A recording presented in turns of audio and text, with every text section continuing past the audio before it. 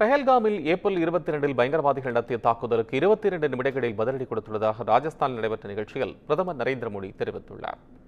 Railway துறையில் அம்ரித் பாரத் திட்டத்தின் கீழ் 508 ரயில் நிலையங்களை 24,470 கோடி ரூபாயில் மேம்படுத்தும் பணிகள் கடந்த ஓராண்டாக நடந்து வருகின்றன. இந்நிலையில் நாடு முழுவதும் 103 ரயில் நிலையங்கள் புதுப்பிக்கப்பட்டுள்ளன. இதில் சென்னை பரங்கிமலை, சிதம்பரம், மன்னார்குடி, ஸ்ரீரங்கம், விருதாச்சலம், திருவண்ணாமலை, போலூர், கிருஷ்ணகிரி மாவட்டம் சாமல்பட்டி ஆகிய 9 ரயில் நிலையங்களும் மேம்படுத்தப்பட்டுள்ளன. இந்த 103 ரயில் நிலையங்களை ராஜஸ்தான் மாநிலம் பிகானேரில் நடைபெற்ற நிகழ்ச்சியில் பிரதமர் நரேந்திர மோடி காணொலி காட்சி வாயிலாக கலந்து கொண்டு நாட்டிற்கு அர்ப்பணித்து வைத்தார்.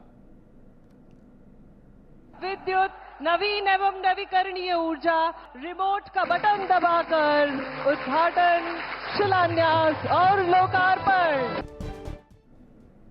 தொடர்ந்து ராஜஸ்தான் மாநிலத்துக்கு 26,000 கோடி ரூபாய் மதிப்பிலான திட்டங்களும் பிரதமர் அடிக்கல் நாட்டினார். முன்னதாக புதுப்பிக்கப்பட்ட தேஷ்நோக் நிலையத்தை திறந்து வைத்த பிரதமர் பிகானேர் மும்பை விரைவு ரயில் சேவையை கொடியசைத்தும் தொடங்கி வைத்தார். தொடர்ந்து நிகழ்ச்சியில் பேசிய பிரதமர் மோடி, நாடு முழுவதும் 1300 ரயில் நிலையங்கள் நவீனமயமாக்கப்பட்டு வருவதாகவும் இந்தியாவில் நவீன உள்கட்டமைப்பை உருவாக்க மகாயாகம் நடைபெற்று வருவதாகவும் கூறினார். ஏப்ரல் 22 பஹல்காமில் பயங்கரவாதிகள் நடத்திய தாக்குதலுக்கு 22 நிமிடங்களில் பதிலடி கொடுத்துள்ளதாக கூறிய பிரதமர், ஆபரேஷன் சிந்து நடவடிக்கை பழிவாங்கல் கிடையாது, நீதிக்கானது என்று தெரிவித்தார். முன்னதாக பிகானேரில் உள்ள கர்ணிமாதா கோயிலுக்கு சென்ற பிரதமர் மோடி சிறப்பு வழிபாடு மேற்கொண்டார்.